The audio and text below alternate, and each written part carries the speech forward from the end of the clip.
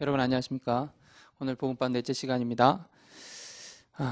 사무엘하 11장을 읽겠습니다. 사무엘하 11장 1절입니다. 해가 돌아와서 왕들의 출전할 때가 되매 다윗이 요압과 그 신복과 온 이스라엘 군대를 보내니 저희가 암몬 자손을 멸하고 랍바를 에워쌌고 다윗은 예루살렘에 그대로 있으니라. 저녁 때에 다윗이 그 침상에서 일어나 왕궁 지붕 위에서 거닐다가 그곳에서 보니 한 여인이 목욕을 하는데 심히 아름다워 보이는지라. 다윗이 보내어 그 여인을 알아보게 하였더니 고하되 그는 엘리암의 딸이요 햇사람 우리아의 아내 밧세바가 아니니까. 다윗이 사자를 보내어 저를 자기에게로 데려오게 하고 저가 그 부정함을 깨끗게 하였으므로 더불어 동침하며 저가 자기 집으로 돌아가니라. 여인이 잉태함에 보내어 다윗에게 고하여 가로되 내가 잉태하였나이다 하니라. 다윗이 요압에게 기별하여 햇사람 우리아를 내게 보내라 하매 요압이 우리아를 다윗에게로 보내니 우리아가 다윗에게 이르매 다윗이 요압의 안부와 군사의 안부와 싸움에 어떠한 것을 묻고 저가 또 우리아에게 이르되 내 집으로 내려가서 발을 씻으라 하니 우리아가 왕궁에서 나가매 왕의 식물이 뒤따라가니라. 그러나 우리아는 집으로 내려가지 아니하고 왕궁 문에서 그 주의 신복들로 더불어 잔지라. 혹이 다윗에게 고하여 가로되 우리아가 그 집으로 내려가지 아니하였나이다. 다윗이 우리아에게 이르되 네가 길 갔다가 돌아온 것이 아니냐. 어찌하여 내 집으로 내려가지 아니하였느냐. 우리아가 다윗에게 고하되 언약궤와 이스라엘과 유다가 영체 가운데 유하고 내 주 요압과 내 왕의 신복들이 바깥들에 유진하였거늘 내가 어찌 내 집으로 가서 먹고 마시고 내 처와 같이 자리이까. 내가 이 일을 행치 아니하기로 왕의 사심과 왕의 혼의 사심을 가리켜 맹세하나이다. 다윗이 우리아에게 이르되 오늘도 여기 있으라. 내일은 내가 너를 보내리라. 우리아가 그날에 예루살렘에 유하니라. 이튿날 다윗이 저를 불러서 저로 그 앞에서 먹고 마시고 취하게 하니 저녁 때에 저가 나가서 그 주의 신복으로 더불어 침상에 눕고 그 집으로 내려가지 아니하니라. 아침이 되매 다윗이 편지를 써서 우리아의 손에 붙여 요압에게 보내니 그 편지에 써서 이르기를 너희가 우리아를 맹렬한 싸움에 앞세워 두고 너희는 뒤로 물러가서 저로 맞아 죽게 하라 하였더라. 요압이 그 성을 살펴 용사들의 있는 줄을 아는 그곳에 우리아를 두니 성 사람들이 나와서 요압으로 더불어 싸울 때에 다윗의 신복 중 몇 사람이 엎드러지고 햇사람 우리아도 죽으니라. 17절 말씀까지 읽었습니다. 예전에 어떤 선교사님께서 아프리카 정글에 갔습니다. 네. 처음 이제 들어간 정글이기 때문에 언어도 잘 통하지 않아서 모든 것이 낯설었는데요. 근데 다행히 원주민들이 선교사님을 따뜻하게 맞아줬어요. 선교사님 이제 아침 일찍 일어나서 이렇게 새벽에 하나님을 향해서 기도하는데 뭔가 바깥에서 뭔가 이상한 소리가 나길래 무슨 소린가 하고 나가봤는데요. 마을 중앙에 큰 아름드리 나무가 있는 거예요. 한국에도 보면 왜 마을 입구에 큰 아름드리 나무 하나 이렇게 뭐 신 모시듯이 이렇게 해놓지 않습니까? 물론 그런 건 아니었지만 마을 중앙에 큰 아름드리 나무가 하나 있는데 아침에 한 청년이, 건장한 청년이 그 나무를 이렇게 살펴보더만 막 올라가기 시작하는 거예요. 한참 올라가서 그 나무에 맺혀 있는 열매를 몇 개를 땄어요. 맺힌 열매들을 다 따가지고 그걸 이제 마을 바깥에 멀리 갔다가 버리고 오는 거예요. 그래서 선교사님 유심히 보니까 매일 아침마다 건장한 청년이 와가지고 나무 한번 쳐다보고 또 올라가서 열매 따가지고 또 저 마을 바깥에 갖다 또 버리고 매일 그러는 거예요. 그래서 선교사님 너무 궁금해서 묻고 싶은데 이제 의사소통이 안 돼서 못 물어봤어요. 6개월쯤 지나서 이제 어느 정도 의사소통이 돼가지고 너무 궁금하잖아요. 도대체 우리나라는 그 김치를 담그는데 저 열매를 푹 삭혀가지고 나중에 먹으려고 저 마을 밖에 땅속에 파묻는 건가.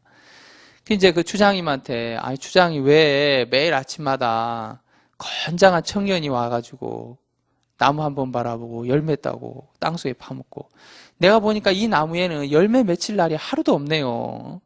열매만 맺히려 하면 자꾸 따서 파묻으니까 열매 맺힐 날이 없네요. 왜 그럽니까? 그 추장님이 이야기해 주는데 아이고 선교사님 몰라서 그렇지 이 나무는 아주 못된 나무입니다. 이 나무가 열매가 익으면 지금은 이렇게 딱 이렇게 보기 좋아 보이지만 이 열매가 익어버리면 이 냄새가 너무 고약해서 온 마을이 저 나무 열매 하나 때문에, 그 나무 열매에서 나는 그 냄새 하나 때문에 온 마을이 괴롭습니다. 그래서 우리는 저거 따가지고 늘 파묻습니다. 멀리 가서 파묻습니다. 그것도 땅속 깊이 파묻어야지, 설 파묻으면 냄새가 너무 독해서 우리가 그렇게 합니다. 그 선교사님 들어보니까 참 아프리카 사람, 정글에 사는 사람다운 거예요. 그러면 내가 이 문제 해결해 줘도 되냐고. 해결해 주시라고. 그 선교사님이 딴 거 안 하고 그 광에 가가지고 창고에 가서 도끼자루 하나 딱 갖고 와서 그 나무 그 자리에서 이렇게 딱 뱄다는 이야기가 있거든요. 그래, 그 나무가 참 못된 나무인데 이 우리나라 같으면 그 열매가 맺히는 시기가 있지 않습니까? 봄, 여름, 가을, 겨울이 있어서 그 맺히는 시기가 있는데, 아프리카는 뭐 사시사철 따뜻하니까 늘 맺히는 거예요. 늘 맺히니까 늘 따느냐고 바쁘죠. 그래, 그 나무의 열매가 익으면 너무 고약한 거예요. 마치 꼭 우리와 같더라는 겁니다. 우리도 보면 그 나무 속에 나쁜 열매를, 그 못된 냄새가 나는 그 열매를 맺힐 수밖에 없는 속성이 있는 것처럼 우리 마음 속에 뭐가 있냐는 거예요. 우리 속에 어떤 마음이 있냐는 거예요. 저는 오늘 좀 우리의 마음에 대해서 좀 이야기를 나누고 싶은데요. 그래, 그 나무가 늘 나쁜 열매를 맺는 것처럼, 그럼 그 열매를 계속 따야 되는 게 아니에요. 예? 제가 나무를 한번 그려보겠습니다.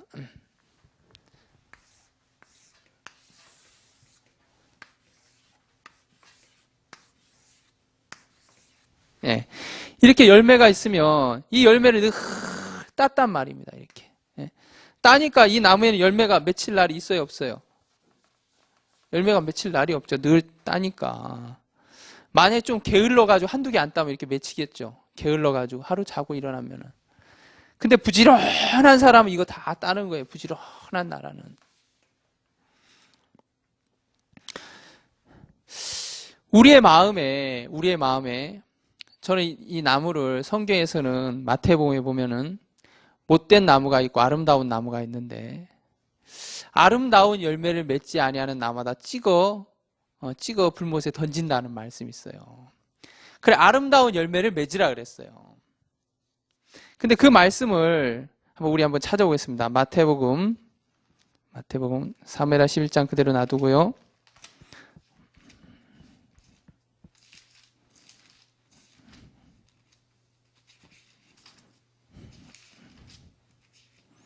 마태복음 7장입니다.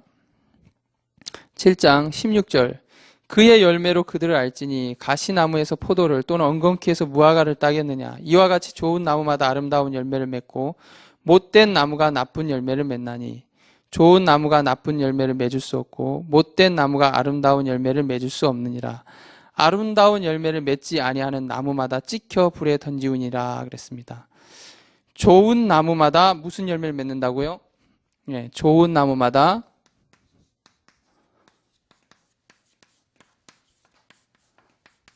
아름다운 열매를 맺는다 그랬죠.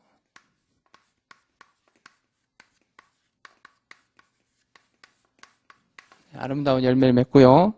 또 어떤 나무가 나옵니까? 여러분 한번 보세요. 여러분 성경에 좋은 나무가 나오고요. 또 못된 나무가 나오죠. 그렇죠? 못된 나무가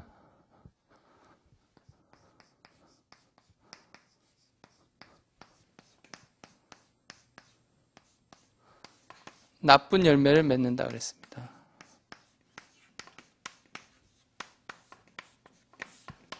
예. 너무 쉽죠? 예. 좋은 나무는 아름다운 열매를 맺고 못된 나무는 나쁜 열매를 맺는데요. 그리고 그 밑에 19절에 아름다운 열매를 맺지 아니하는 나무마다 찍혀 불에 던지운다 그랬어요. 세상에 보면 세상에 있는 과일들은 익어서 그것이 이렇게 보통 모든 대부분의 과일들이 처음 맺힐 때는 이게 뜰고 맛이 없지만, 그게 시간이 지나서 햇볕을 받아들이고 또 이렇게 비도 받아들이고 하면서 그 열매가 충실하게 익으면 어떤 맛이 납니까? 그 과일 속에 정말 달콤한 맛이나 그 과일 속에 정말 그 특유의 맛들이 나잖아요. 저 과일은 참 신기한 것 같아요. 사과 맛 다르고, 배 맛 다르고, 맛이 다 틀리죠. 망고 맛 다르고, 파인애플 맛 다르고. 근데 참 신기한 건 그 맛들이 다 다른데도 우리 입맛에 너무 맞는 거예요. 하나님께서 과일을 그렇게 우리에게 주셨어요. 그래서 세상의 과일은 처음 맺힐 때는 뜰고, 시고, 쓰고 하지만 그것이 익으면 맛있다는 거죠. 하지만 이 죄는 그렇지 않아요. 죄는 처음에는 되게 맛있어 보여요. 여러분들 죄의 유혹을 받아보면 처음에는 그 죄가 되게 달콤하고 향기롭고 아름다워 보이고 맛있어 보인다는 거예요. 근데 그 죄가 정말 다 익어버리면 그 죄는 맛이 있는 게 아니라 그 죄는 사람에게 고통을 가져오고 사람 마음에 상처를 주고 사람의 마음에 저주를 주더라는 겁니다. 그래, 그 아프리카의 그 나무가 마치 꼭 우리 인간 같습니다. 꼭 인간 같은 거예요. 그래, 그 열매가 처음 맺힐 때는 먹음직스러워 보이지만 그게 익으면 못된 냄새가 나듯이 우리가 갖고 있는 죄가 그래요. 저는 오늘 사무엘하 11장을 읽었는데 사무엘하 11장에 보니까 뭐가 나옵니까? 지붕 위를 거닐다가 다윗이 지붕 위를 거닐다가 여인이 목욕하는 걸 본 거예요. 근데 그때 성경에 뭐라고 써있냐면은 그 여인이 아름다웠다 그렇게 쓴 게 아니고 아름다워 보인지라 그랬어요. 아름다웠다는 말씀과 아름다워 보인지라라는 말씀은 틀려요. 다윗의 눈에 아름다워 보였다는 거예요. 그게 정말 아름다운 것이 아니라 아름다워 보였다는 거죠. 죄가 정말 아름답습니까? 죄가 정말 유익한 겁니까? 죄가 정말 우리를 복되게 하는 겁니까? 아닙니다. 근데 사단은 다윗의 눈에 그 여인이 아름다워 보이게 만든 거예요. 마치 선악을 알게 한 나무의 열매가 하나님의 눈으로 봤을 때는 그걸 먹으면 정령 죽는 건데 하와가 내가 보자 한번 내가 저거 먹으면 죽는 건지 사는 건지 내가 보자 하면서 하와가 봤을 때 사단은 먹음직하고 보암직하고 지혜롭게 할 만큼 탐스럽게 한 그렇게 보이게끔 했다는 거죠. 그건 정말 먹으면 죽는 건데 사단은 하와의 눈에 그렇게 비치도록 한 거예요. 우리가 어떤 하나님의 눈이 아닌 내 눈으로 봤을 때 아름다워 보이는 거예요. 그 다윗의 눈에 그 밧세바가 아름다워 보였던 것처럼 다윗이 왕인데 정말 다윗 주변에 아름다운 그 처녀들이 얼마나 많습니까? 그가 정말 원하면 많은 처녀들을 부인으로 들 수 있는 그 왕인데도 그가 사단에게 잡히니까 그렇게 끌려가더라는 거죠. 그래, 다시 이제 마태복음 잠깐 얘기하고 다시 원문으로 돌아가겠습니다. 마태복음 7장에 보니까 좋은 나무마다 아름다운 열매를 맺고 못된 나무가 나쁜 열매를 맺는다 그랬어요. 그러면 여러분, 좋은 나무가 나쁜 열매를 맺을 수 있습니까? 없습니까? 예, 없습니다. 그렇죠? 예. 못된 나무가 반대로 아름다운 열매를 맺을 수 있습니까? 없습니까? 예, 이렇게 할 수 없습니다. 그렇죠? 예. 열매로 나무를 아는 거예요. 정말 이 나무가 열매를 결정져요. 내가 못된 나무면 뭐가 나옵니까? 나쁜 열매가 나오는 거예요. 내가 좋은 나무면 아름다운 열매가 나오는 거예요. 오늘 1시간 여러분이 좋은 나무인지 못된 나무인지 그거 하나만 정확하게 아셔도 여러분 마음에 그 복음과 많이 가까워질 거라는 믿음이 있습니다. 사람들은 이 열매를 맺으려고 그래요. 어떻게 한다고요? 예, 맺으려고 한단 말입니다. 아름다운 열매를 맺기를 원하는 마음이 있어요. 선과 악을 알게 하는 나무의 열매를 먹은 모든 인생들의 특징이 뭐냐면 정말 아담 안에서 모든 사람이 죄인이 됐는데 그 선악을 알게 하는 나무의 열매를 먹은 그 아담의 모든 후손들이 갖고 있는 그 마음 한 가지가 있는데 아름다운 열매를 맺고자 한다는 거예요.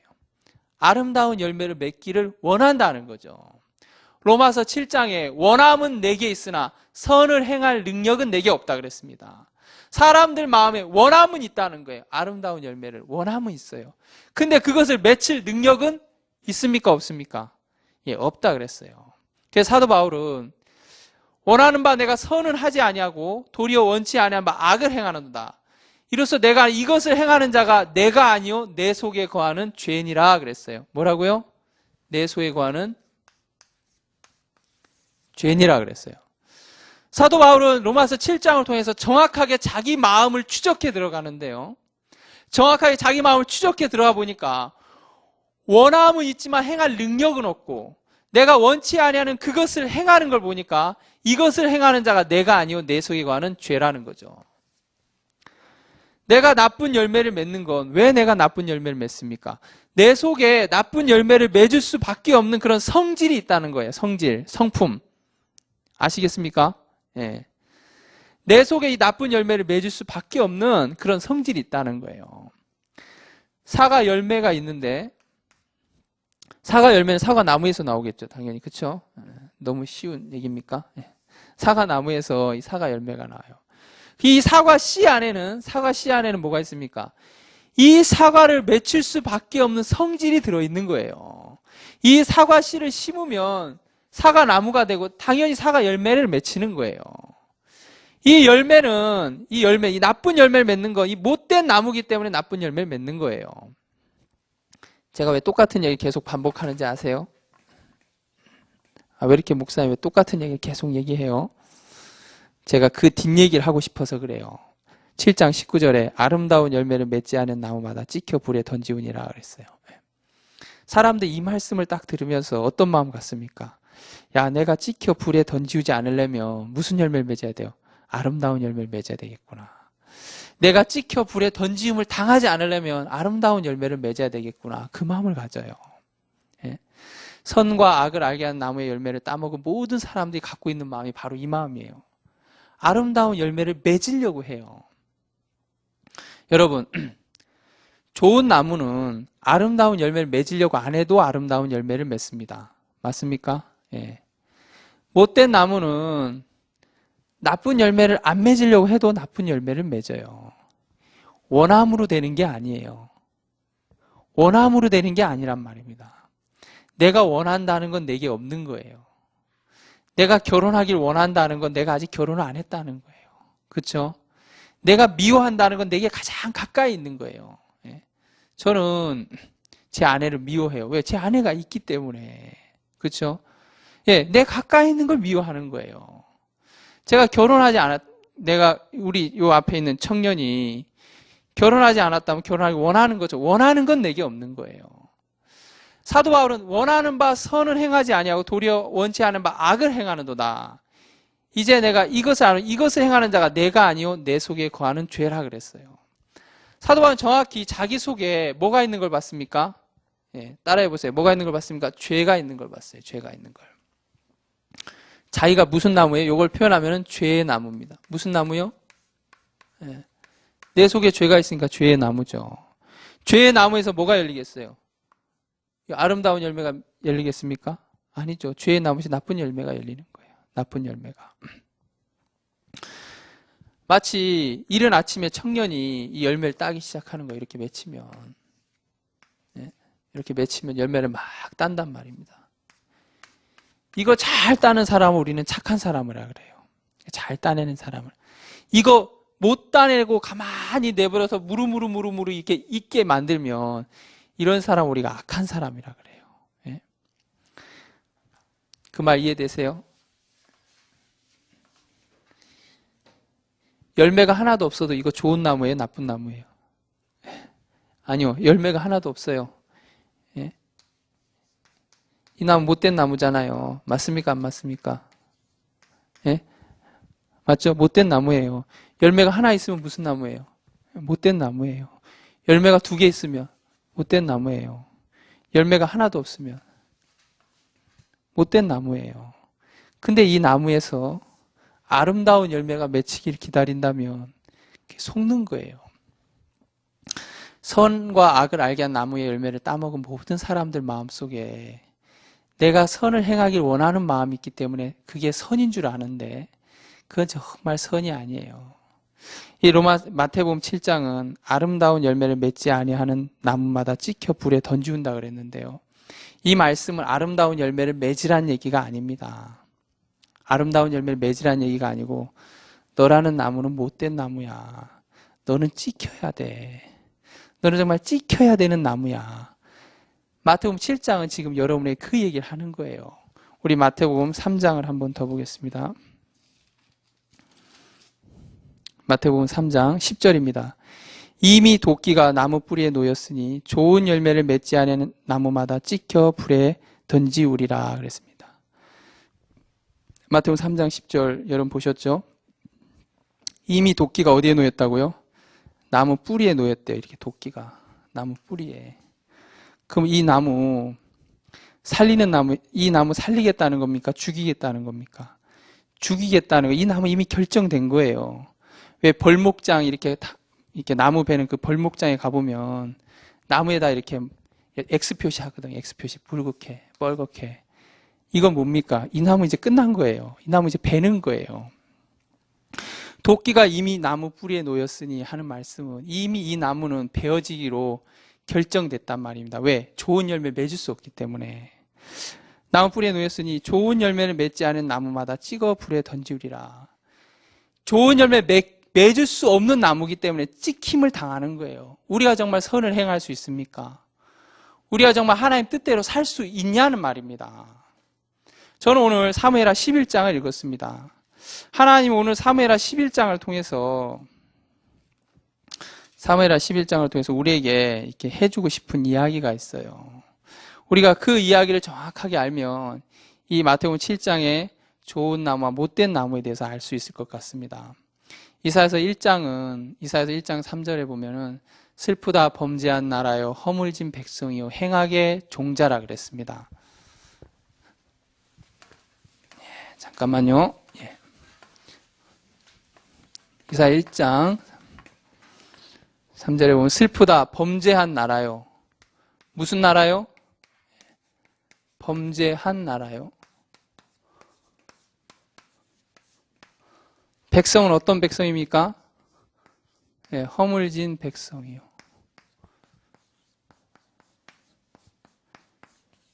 행악의 종자라 그랬습니다.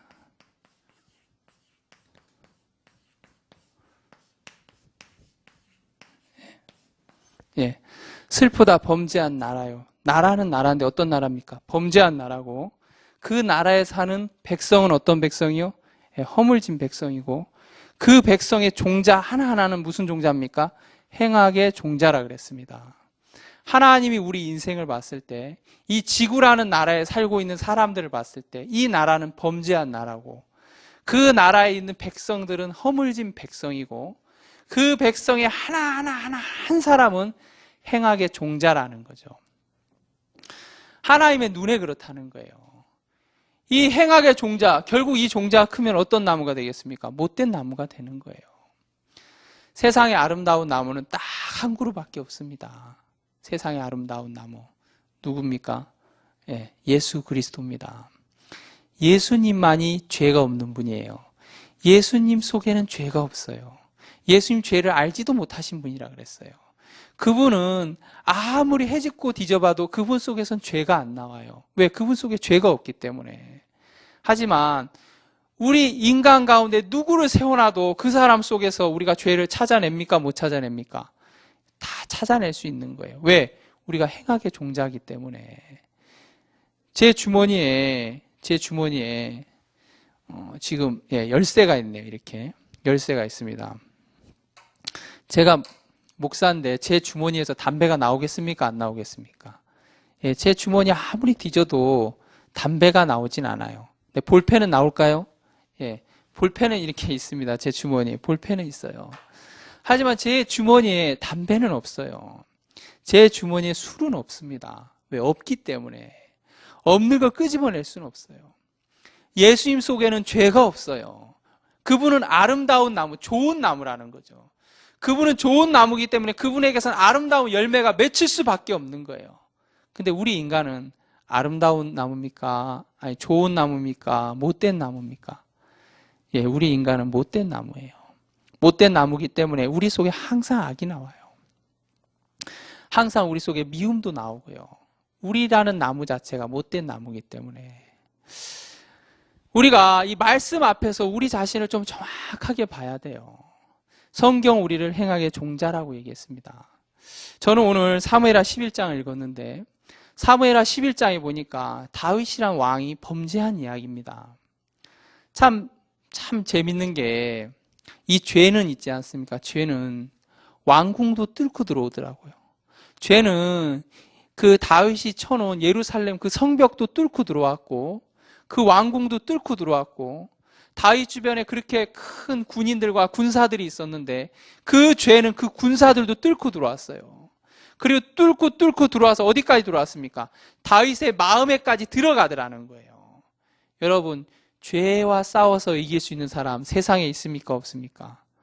죄와 싸워서 이길 수 있는 사람 아직 한 사람도 못 봤어요. 정말 죄와 싸워서 이길 수 있는 사람 이 지구상에서 제가 아직 한 사람도 못 봤습니다. 성경 안에 보니까 아브라함도 죄를 짓더라고요. 그렇죠? 예, 아브라함도, 노아도 죄를 짓더라고요. 세상에 노아가 그 노아의 홍수가 다 끝나고 나서 얼마나 두려워요. 그 노아의 홍수가. 근데 홍수가 다 끝나고 나니까 노아가 포도원을 크게 만들고 거기서 포도주를 만들어 가지고 대낮에 옷 다 벗고 자더라고요. 옷 다 벗고 자는 거예요. 그래 아들이 와서 그거 보고 아이고 우리 아버지 뻘개 벗었다 그러니까 나중에 그 아들을 또 막 저주하더라고요. 그게 뭐 하는 거예요? 술주정 하는 거잖아요. 술 마시고 못된 버릇이잖아요. 노아도 보면 허물이 많더라고요.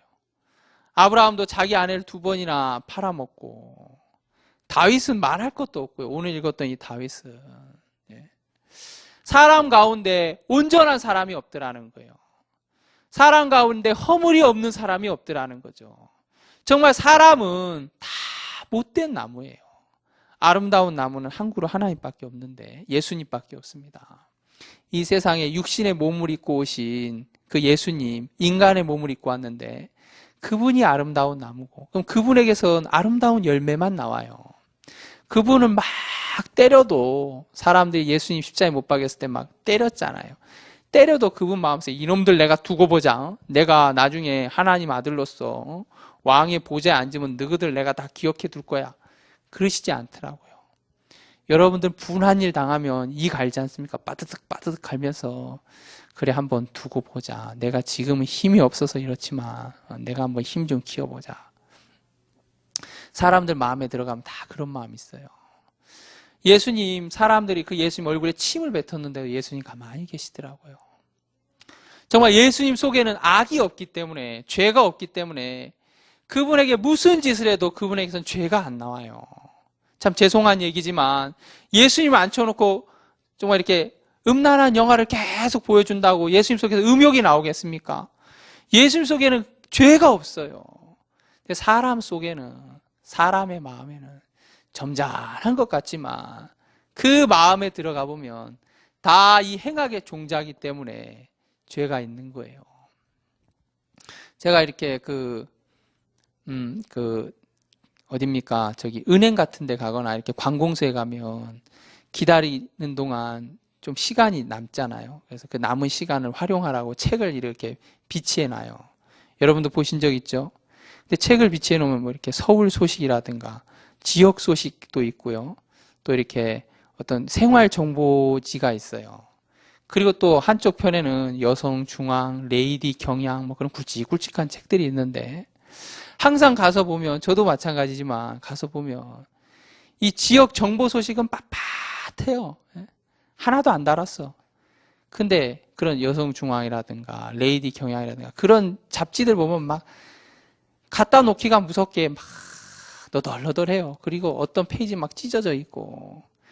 사람들 속에 보면 밝고 건전한 걸 좋아하는 게 아니라 어둡고 또 은큼하고 음란하고 사람들 그거 다 좋아하더라고요.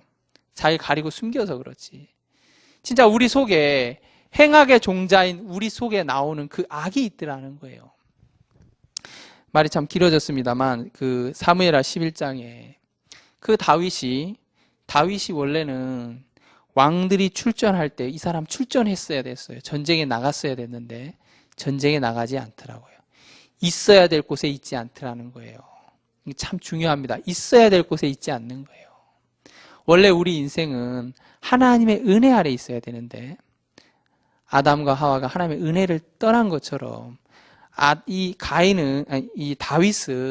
다윗이 있어야 될 곳이 있었어요. 하나님이 정해준 곳이 있었습니다. 그는 전쟁에 출전했어야 됐어요. 근데 그가 그 전쟁에 출전을 했다면 그 전쟁 속에서 하나님의 은혜를 맛봤을 텐데 다윗이 전쟁에 출전하지 않고 이제 전쟁에 나가지 않아도 되는 거예요. 그가 목동이었고 도망자였을 때는 그가 전쟁에 나가야 되는 사람이었는데 그가 이제 어느 순간 왕이 되면서 이제 전쟁에 나가지 않아도 되는 사람이 됐어요. 전쟁에 나가지 않아도 자기 밑에 있는 부하들이 대신 전쟁을 해주는 그런 때가 됐단 말입니다. 다윗의 마음에 여유가 찾아왔어요. 내가 꼭 나가야 돼? 좀 쉬어도 되지? 여러분, 다윗의 마음에 자기를 믿는 마음이 이렇게 생겼단 말입니다. 그 전쟁은 하나님으로 말미암는 전쟁이기 때문에 다윗이 나가서 하나님의 은혜를 맛봐야 되는데 다윗이 그 전쟁에 가지 않는 거예요. 가지 않아도 될 마음을 갖더라고요. 내가 은혜를 입지 않아도 될 사람이 된 거예요. 내가 굳이 은혜를 입지 않아도 이 전쟁에 이길 것 같은 거예요. 그래서 다윗은 전쟁에 나가지 않고 그 왕궁에서 늘어지게 잠을 자고 낮잠을 자고 저녁에 일어나더라고요. 저녁 때 다윗이 그 침상에서 일어나 하는 거 보면 다윗이 아마 낮잠을 늘어지게 잔 것 같아요. 자고 이제 저녁 때쯤 돼서 그 침상 위에서 일어나서 왕궁 지붕 위를 거니는 거예요. 지금 다윗은 지붕 위를 거느려야 되는 게 아니란 말입니다. 그는 지금 전쟁터에 있어야 되는데 마치 아담과 하와가 하나님의 은혜 아래 있어야 되는데 아담과 하와가 내가 하면 되지 하면서 그 하나님의 세계를 떠난 것처럼 바로 이 다윗이 그 전쟁터가 아닌 왕궁에서 시간을 갖더라고요. 그가 여유를 갖더라고요. 그러면서 그가 지붕 위를 이렇게 거닐다가 누굴 봅니까? 예. 누굴 봐요? 그 목욕하는 그 소리가 들리는 거예요. 그런 소리가 들리는 거예요. 그런 소리가. 촤 소리가 나니까 왕궁이 지붕 위를 거닐다가 이게 도대체 무슨 소리야 하고 딱 보는데 웬 여인이 그 달빛 아래 목욕을 하는데 너무 아름다워 보이는 거예요. 아름다운 게 아니고 아름다워 보이더라는 거죠. 사단이 우리를 유혹할 때 꼭 그래요. 죄가 정말 달콤하게 보이게 해요. 내가 저걸 먹으면 정말 맛있어 보이게 한단 말입니다.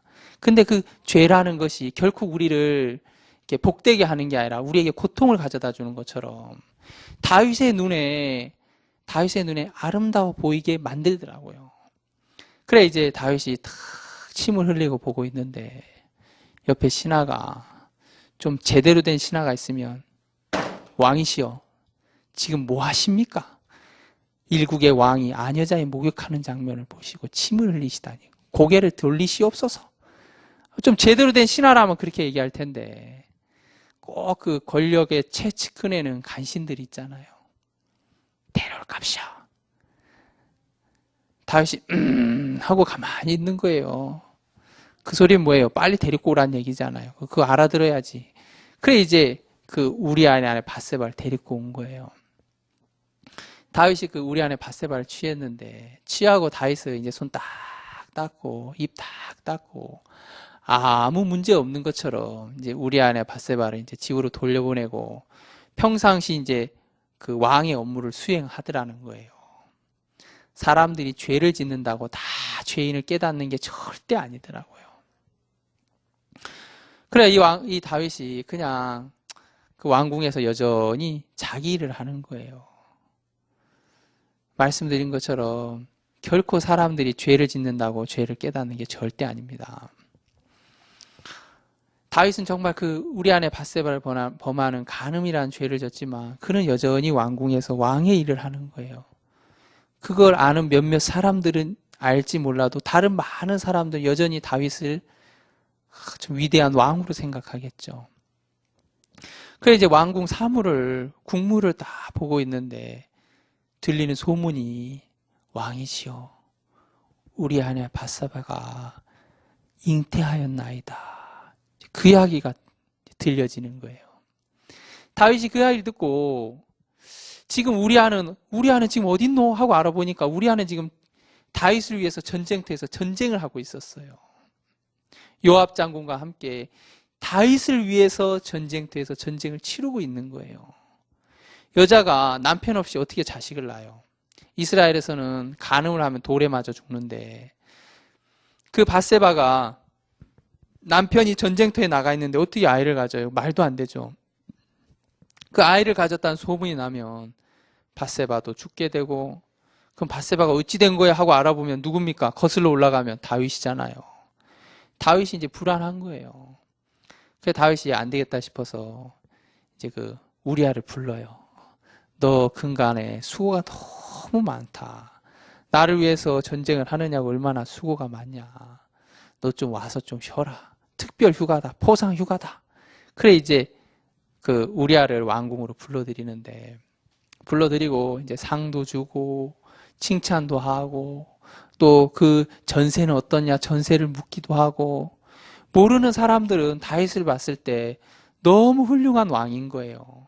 그냥 우리야 그 많은 군인 중에 한 사람인데 그 한 사람에게 다윗이 정말 그 친절을 베푸는 걸 보면서 휴가를 주고 그에게 포상을 하고 그를 이렇게 따뜻하게 대접하는 걸 보면서 모르는 사람들이 볼 때는 다윗이 너무 위대해 보이는 거예요. 야, 우리 왕 다윗은 작은 신하 하나도 정말 챙기네. 모르는 사람은 그렇게 보겠죠. 우리야도 다윗이 너무 감사한 거예요. 그래서 다윗이 그래 너 오늘은 집에 가서 좀 쉬어라. 너 그간 너무 고생이 많았는데 집에 가서 네 아내와 좋은 시간을 좀 가져라. 그러니까 우리아가 이제 바로 집에 가야 되는데 그래요 안 그래요? 바로 집에 가야지 다윗의 작전대로 탁탁탁탁 맞아 떨어지는데 우리아가 집에 안 간 거예요. 그게 이제 다윗이 야야 너 왜 집에 안 갔어? 너 집에 가서 좀 쉬지. 우리아가 충신인 거예요. 왕이시여 언약궤와 이스라엘과 유다가 영체 가운데 있고 내주 요압과 내 동료들이 전쟁터에 있는데 내가 어떻게 내 아내와 잠을 잡니까? 저는 그렇게 못합니다. 야 이 사람아 그 사람들은 그 사람이고 자네는 쉬어도 돼. 아유 왕이시여 전 그리 못합니다. 아이고 다윗이 머리가 아픈 거예요. 안 됐다 싶어서 그래 그러면 좋다. 그래 이리 와라. 오늘은 여기서 쉬고 이렇게 이리 와라. 그러면서 이제 또 이제 이번에 술을 엄청 먹였어요. 술 기운에 보내려고. 그러니까 술을 잔뜩 먹였는데 이제 비틀비틀 하면서 우리아가 왕이시여 그러면 이제 들어가 보겠습니다 하면서 가는데 그래 오늘은 집에 가서 좀 푹 쉬어라. 그 이제 다 보냈단 말입니다. 근데 우리아가 어떻게 했어요? 또 집에 안 가는 거예요. 집에 안 가고 또 이제 그 성벽 근처에 또 잠을 그냥 자고 그냥 안 갔어요. 그래 다윗이 야 이래가지고는 안 되겠다 싶어서 편지를 하나 써요. 편지를 딱 쓰면서 요압 장군에게 요압 장군 보시오. 내 신하 우리아가 당신에게 돌아가면 최전방에 내보내서 적의 화살에 맞아서 죽게 하시오라는 편지를 딱 써서 그 편지를 딱 접어가지고 그 우리한테 딱 주면서 이거 기밀 문서니까 이거 아주 중요한 문서니까 잘 품에 가져가서 요압 장군에게 바로 보이도록 하여라. 예, 알겠습니다. 이제 그 편지를 가지고 그 편지가 뭡니까? 우리야 자기 죽이라는 얘기인데 우리야는 그것도 모르고 너무 다윗이 고마운 거예요. 우리아가 말을 타고 전쟁터로 가는데 얼마나 다윗이 감사했겠어요. 야, 우리 임금님 너무 훌륭한 분이야. 나 같은 사람이 뭔데? 나 같은 사람이 이렇게 챙겨줘. 역시 다윗은 하나님의 종이야. 너무 훌륭한 분이야. 그러면서 이제 그걸 딱 품고 가는 거예요. 근데 그 내용이 무슨 내용이에요? 자기 죽이라는 내용인데 요압이 그 편지를 딱 받아보더만 고개를 탁 끄덕이면서 그래 수고했네. 그래 자네 부대에 돌아가 있게. 그래 이제 얼마 후에 아주 극렬한 전투가 있는데 아니나 다를까 요압 장군이 우리아를 최전방에 내보낸 거예요. 최전방에 내보내서 막 밀고 하는 그 전투 속에서 그 적의 성벽 가까이까지 우리아를 가게 만들었어요. 위에서 성 밑에 있는 사람 이렇게 죽이기 얼마나 좋습니까? 그 적의 화살에 탁 맞아서 이제 우리아가 죽게 됐는데, 요압이 이제 보고를 해야 되잖아요. 다윗 왕한테. 왕이시, 우리가 전쟁에서 이번에 좀 패했습니다. 몇몇 군사가 죽었습니다. 그 가운데 누구도 있었습니까? 그 가운데 우리아도 있었습니다. 이제 그 이야기를 하는 거예요. 다윗이 그 이야기 다 듣고 나서 아주 명답을 해요. 명답을. 우리 한번 보겠습니다. 사무엘하 11장입니다. 11장 25절. 다윗이 사자에게 이르되 너는 요압에게 이같이 말하기를 이 일로 걱정하지 말라. 칼은 이 사람이나 저 사람이나 죽이느니라. 예, 칼은 어떻게 한다고요? 이 사람이나 저 사람이나 죽이느니라. 칼이 죽인 거예요? 다윗이 죽인 거예요? 예. 여러분, 칼이 죽였습니까? 다윗이 죽였습니까? 예, 다윗이 죽였어요. 다윗이 아주 치밀한 계획을 가지고 누굴 죽였습니까? 그 우리아를 죽인 거예요. 사람들은 몰랐어요. 몇몇 사람들은 알았을지 몰라도 많은 백성들은 다윗이 그렇게 한 걸 몰랐어요. 근데 하나님도 몰랐습니까? 하나님도 못 봤습니까? 예, 하나님 다 보셨어요. 다윗의 행동 하나하나를 처음부터 마지막까지 하나님이 다 보셨단 말입니다. 사무엘하 11장 27절은 이렇게 써 있습니다. 다윗의 소위가 여호와 보시기에 악하였더라. 예. 하나님 그걸 다 봤어요. 다윗이 죄를 짓고 그 죄를 가리고 싶은 거예요. 이 사무엘하 11장에 인생이 죄를 짓고 그리고 나서 어떻게 하는지가 너무 자세하게 잘 나와 있어요. 왜 하나님이 사무엘하 11장에 다윗의 범죄하냐 이렇게 자세하게 써놓은 줄 압니까? 여러분이 이렇잖아요. 여러분과 제가 이렇지 않습니까? 여러분이 죄를 짓고 내가 정말 죄인입니다 그런 사람이 어디 있어요? 그 죄를 숨길 수 있는 데까지 숨기지 않습니까?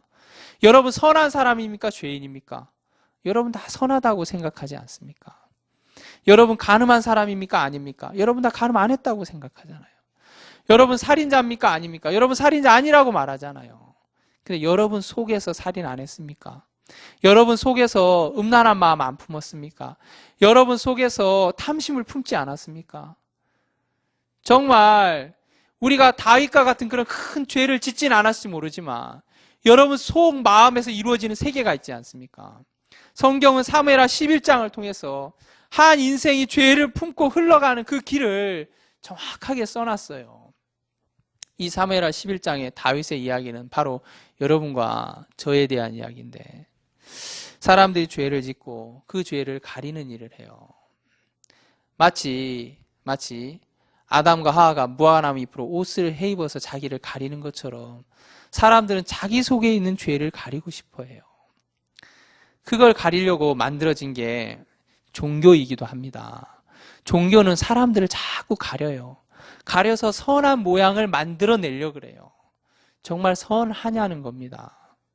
마가복음 7장에 보면 사람 속에서 나오는 것은 악한 생각, 곧 음란과 도적질과 살인과 간음과 그리고 쭉 나중에 미친 마음, 광패까지 나오는데 사람 속에 무엇이 있습니까? 여러분 속에 무엇이 있냐는 거예요. 한 번은 예수님 제자들이 씻지 않는 손으로 음식을 먹었어요. 씻지 않는 손으로. 그걸 보고 바리새인들이 왜 당신의 제자들은 장로들의 유전을 지키지 않습니까? 음식을 먹을 때 우리 항상 손을 씻는데 왜 씻지 않는 손으로 음식을 먹습니까? 얼마나 더럽습니까 그게. 그때 예수님께서 야 이 사람들아, 밖에 있는 것이 안으로 들어가서 사람을 더럽게 하는 것이 아니라 안에 있는 것이 밖으로 나와서 사람을 더럽게 하는 거야. 당신들 속에 뭐가 있는 줄 아세요? 예수님이 사람 속에 있는 걸 얘기하더라고요. 우리 마가복음 7장을 한번 보겠습니다. 성경 마가복음 7장입니다. 마가복음 7장 20절입니다. 또 가라사대 사람에게서 나오는 그것이 사람을 더럽게 하니라. 속에서 곧 사람의 마음에서 나오는 것은 악한 생각, 곧 음란과 도적질과 살인과 간음과 탐욕과 악독과 속임과 음탕과 흘기는 눈과 해방과 교만과 강패니 이 모든 악한 것이 다 속에서 나와서 사람을 더럽게 하느니라. 예. 사람을 더럽게 하는 건 밖에 있는 것이 안으로 들어가서 사람을 더럽게 하는 게 아니에요. 사람 속에 있는 게 밖으로 나와서 사람을 더럽게 한다는 거죠. 그럼 사람 속에 뭐가 있냐? 그 이야기를 하는 겁니다. 다윗 속에 뭐가 있냐는 거예요. 다윗이 친절을 베풀지만, 다윗이 우리아에게 친절을 베풀지만 그 속에 뭐가 있습니까? 그 속엔 이미 간음이 있고, 그 속에는 그 친절을 베푸는 것이, 그것이 그 친절을 베푸는 그 계획이 이루어지지 않았을 때 그 속에 살인도 있더라는 거예요. 여러분 마음에 뭐가 있습니까? 이 사무엘하 11장에 다윗의 마음이 여러분 속에는 없습니까? 여러분도 이 사무엘하 11장을 통해서 정말 여러분 자신을 볼 수 있다면 너무 복된 거예요. 여러분을 가려야 되는 것이 아니라 여러분 자신을 말씀 앞에 한번 다 이렇게 비춰봐야 돼요. 종교는 사람들 자꾸 가리게 해요. 선하게 살아라, 착하게 살아라. 그걸로 나를 가리는데 다윗이 선하게 살면 좋은 거 몰랐겠습니까? 다윗이 간음이 나쁘다는 걸 몰랐겠어요? 다윗이 죄하고 싸운 거예요. 시편 65편을 한번 보겠습니다.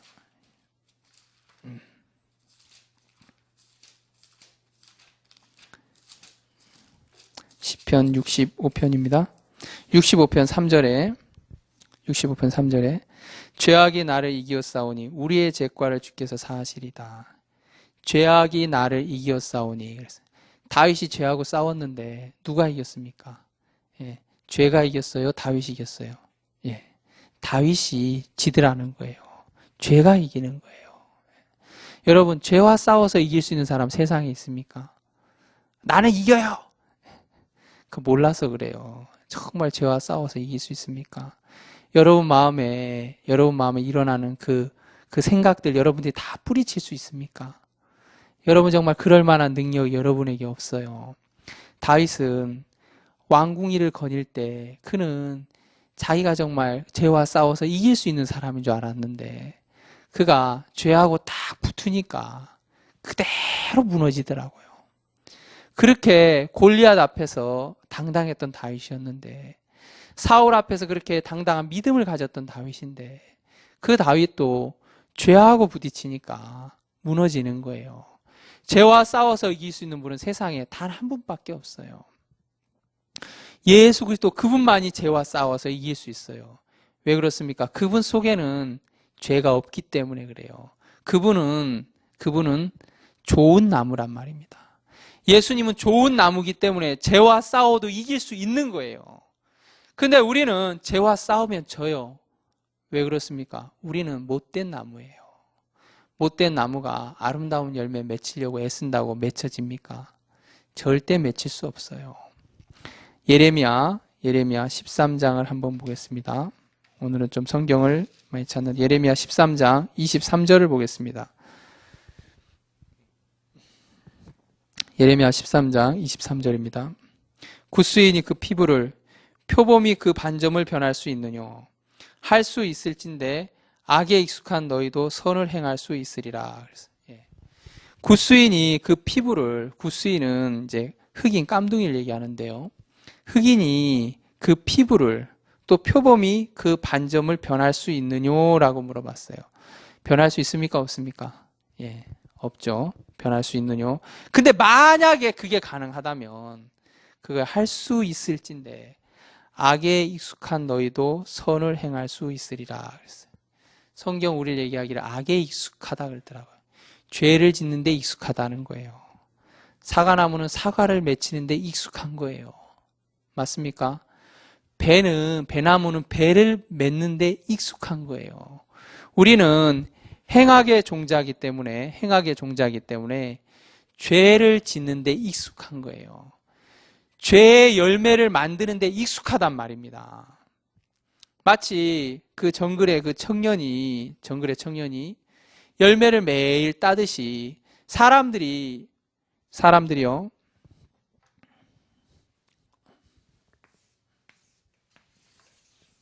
사람들이 죄의 열매가 맺히려 그러면 이걸 따는 거예요. 내 속에 음란한 마음이 안 올라오는 것이 아니라 음란한 마음이 올라오는데 이걸 딱 딴단 말입니다. 따니까 사람들은 이거 못 보죠. 이 속에만 있다 뚝 떼버리니까. 내 속에 미움이 없는 게 아니라 미움이 있는데,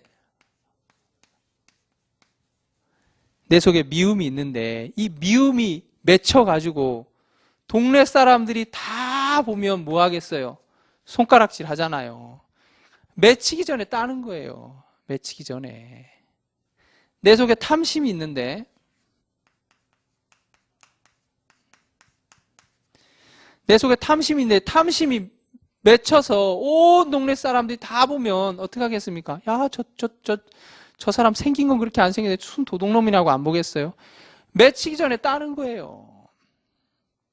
한 번은 이제 저희 어머니하고 같이 길을 가는데 저희 어머니 이제 머리에다 뭘 이고 갔어요. 저는 이제 빈손으로 이렇게 털레 걸어가는데요. 이렇게 길을 가다가 거의 동시에 길바닥에 10,000원짜리가 딱 하나 떨어져 있는 걸 봤어요. 정말 동시에 봤어요. 근데 저희 어머니가 빠르더라고요. 제 어머니께서 갑자기 이거 주술 수 없잖아요. 이렇게 머리에 이고 가니까. 갑자기 발로 그걸 딱 밟는 거예요. 그러면서 저를 딱 보더라고요. 내가 밟았으니까 아들아 뒷일은 이제 네가 해라 이제 그 뜻 같아요.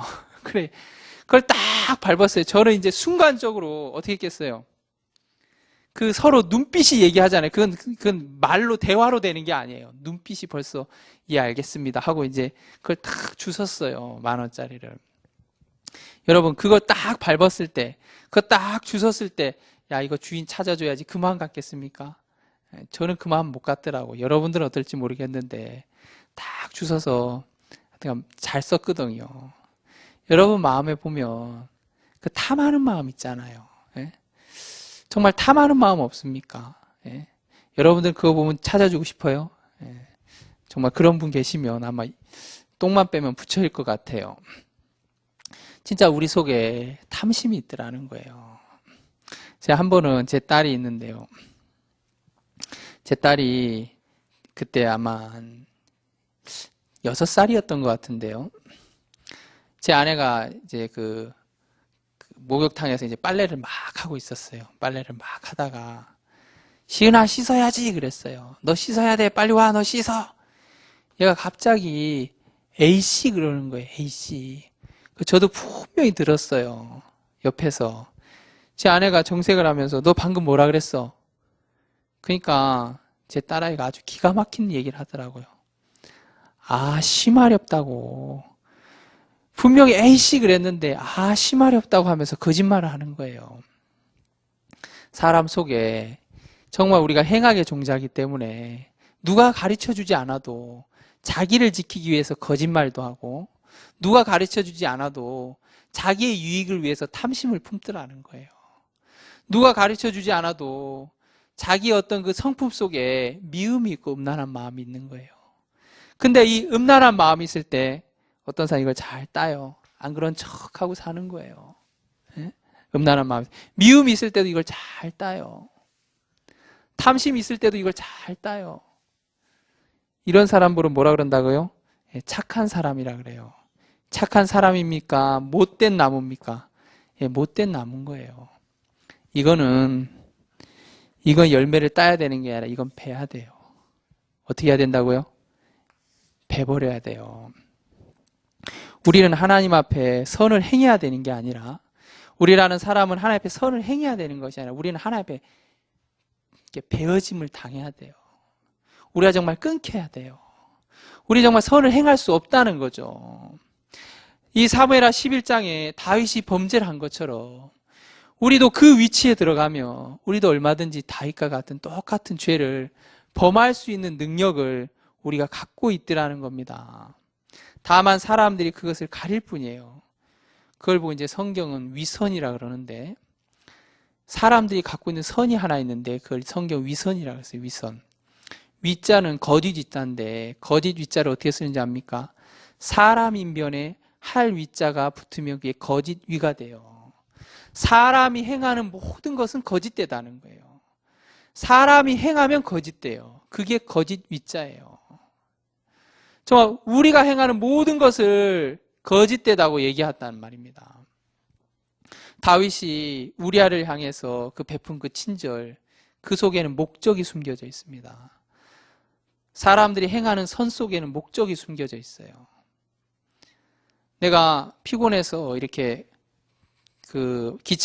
피곤해서 버스를 타고 가는데, 이제 학교 다닐 때인데, 무거운 가방을 들고 딱 타고 가는데, 나이 친 영감이 그 버스에 타면 어떻게 해요?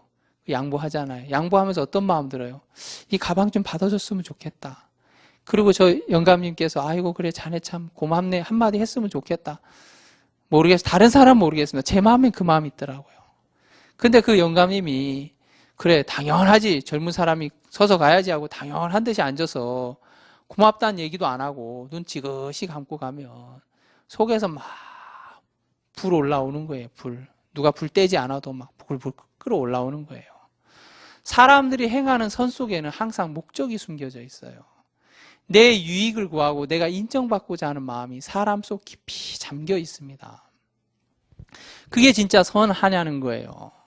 다윗이 베푼 선 속에 목적이 숨겨져 있는 것처럼. 그래, 사람들은 그것을 볼 수 없었지만 하나님 그걸 다 봤어요. 다윗이 우리아의 밧세바를 범하고 또 우리아를 죽이고 그걸 숨기기 위해서 전쟁터에서 죽게 만든 그런 묘한 방법을 쓰고 하나님 그걸 다 봤어요. 여러분들의 삶을 하나님은 다 보고 계십니다. 여러분이 정말 하나님 앞에 선하냐는 겁니다. 여러분 속에 악이 있지 않습니까? 여러분 속에 죄가 있지 않습니까? 예, 굿수인이 그 피부를, 표범이 그 반점을 변할 수 있느냐? 하나님 묻는 거예요. 야, 굿수인이 그 얼굴 피부를 바꿀 수 있냐? 표범이 그 반점을 바꿀 수 있냐? 만약에 그게 가능하다면 악을 행하기에 익숙한 너도 선을 행할 수 있다. 그게 가능하다면 못된 나무인 너도 아름다운 열매를 맺을 수 있다는 겁니다. 예, 우리는 못된 나무예요. 우린 결코 좋은 나무가 아닙니다. 나라는 나무 하나하나가 다 못된 나무입니다. 나라는 범죄한 나라고, 백성은 허물진 백성이고, 그 가운데 종자는 행악의 종자인 것처럼 하나님, 우리를 두고 하는 이야기예요. 이 사람에게서 하나님이 선을 요구하는 것이 아니라 하나님이 해주고 싶은 거예요. 하나님이 일해주고 싶은 거예요. 여러분을 위해서 하나님이 해주고 싶다는 겁니다. 우리 창세기 3장을 보고 좀 정리하겠습니다. 우리가 지난 시간에 창세기 3장을 읽었죠. 창세기 3장 7절에 이에 그들의 눈이 밝아 자기들의 몸이 벗은 줄을 알고 무화과 나무 잎을 엮어 치마를 하였더라. 아담과 하와가 무화과 나무 잎을 엮어서 치마를 했어요. 아담과 하와가 한 거예요. 근데 그건 완벽하지 않아요. 그 무화과 나무 옷은 해가 나면 마르고 시간이 지나면 부스러지는 완벽한 옷이 될 수 없어요. 아담과 하와가 만든 것은 그래요. 근데 우리 3장 21절을 보겠습니다. 3장 21절 여호와 하나님이 아담과 그 아내를 위하여 가죽옷을 지어 입히시니라. 예, 하나님이 아담과 하와를 위하니까 가죽옷이 나오더라는 거예요. 이 가죽옷은 시간이 지나도 아주 심하게 움직여도 망가지지 않잖아요. 하나님이 주신 건 완벽해요. 아담과 하와가 자기를 위해서 만든 게 있고 하나님이 아담과 하와를 위해서 준 게 있어요. 사람들이 자기가 자기를 위해서 선을 행하려고 하는 그 선이 있고 하나님이 우리를 위해서 베풀어주는 선이 있습니다. 성경은 그걸 하나님의 의라 그랬는데요. 성경에는 우리의 의가 있고 하나님의 의가 있어요. 우리의 의는 다 더러운 옷과 같다 그랬습니다. 예, 우리의 의는 다 더러운 옷과 같아요. 우리의 죄가 더러운 옷이 아니라 우리의 의가 더러운 옷과 같다는 겁니다. 마치 아담과 하와가 만든 그 옷이, 그 무화과나무 잎 옷이 완벽하지 않은 것처럼 우리가 만든 의, 우리의 의는 다 더러운 옷과 같아서 다 망가지고 쇠폐해져 가더라는 겁니다. 근데 하나님 만들어준 의는 완벽한 거예요. 다윗이 자기가 자기를 지켜보려고 했을 때, 그가 죄하고 싸웠을 때 그는 백전백패였습니다. 우리가 죄와 싸움 우리는 백전백패지만 그런 인생을 위해서 하나님이 일해주고 싶은 거예요. 사무엘하 11장은 다윗이 범죄한 이야기지만 사무엘하 12장을 넘어가면서 하나님 그 다윗을 위해서 어떤 일들을 진행해 나갑니다. 나단 선지자를 통해서. 성경은 항상 인간이 하는 일이 나오고 하나님이 하는 일이 나와요. 꼭 이렇게 두 가지가 이렇게 대비되는데요. 여러분이 하는 일이 있고 하나님이 하시는 일이 있어요. 인간은 어떤 일을 했습니까? 소는 그 임자를 알고 나귀는 그 주인의 구유를 알건만은 내 백성은 그리하지 않았다 그랬습니다. 예, 우리 인간은 하나님을 몰랐어요. 주인을 몰랐어요. 내가 돌아가야 될 집을 잊어버렸어요. 잃어버렸어요. 불어. 근데 하나님 우리를 향해서 어떤 마음 갖고 계신지 아십니까? 우리 성경 하나만 읽고 마치겠습니다. 이사야 49장입니까?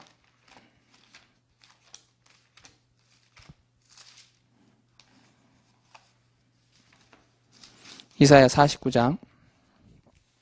이사야 1장의 2절 3절과 대조되는 말씀이 이사야 49장입니다. 49장 15절. 여인이 어찌 그 젖먹는 자식을 잊겠으며 자기 태에서 난 아들을 긍휼히 여기지 않겠느냐. 그들은 혹시 잊을지라도 나는 너를 잊지 아니할 것이라. 내가 너를 내 손바닥에 새겼고 너의 성벽이 항상 내 앞에 있나니. 예. 그들은 혹시 잊을지라도 나는 너를 잊지 않는다 그러더라고요. 하나님 우리를 잊지 않는 거예요. 그 잊지 않으신 하나님이 우리를 위해서 행하는 일이 있어요. 다윗은 하나님을 잃어버려서 죄를 졌는데 그 다윗을 위해서 그 다윗을 잊지 않는 하나님이 다윗을 위해서 행하는 일이 있습니다.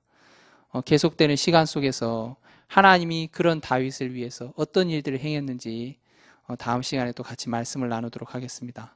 감사합니다.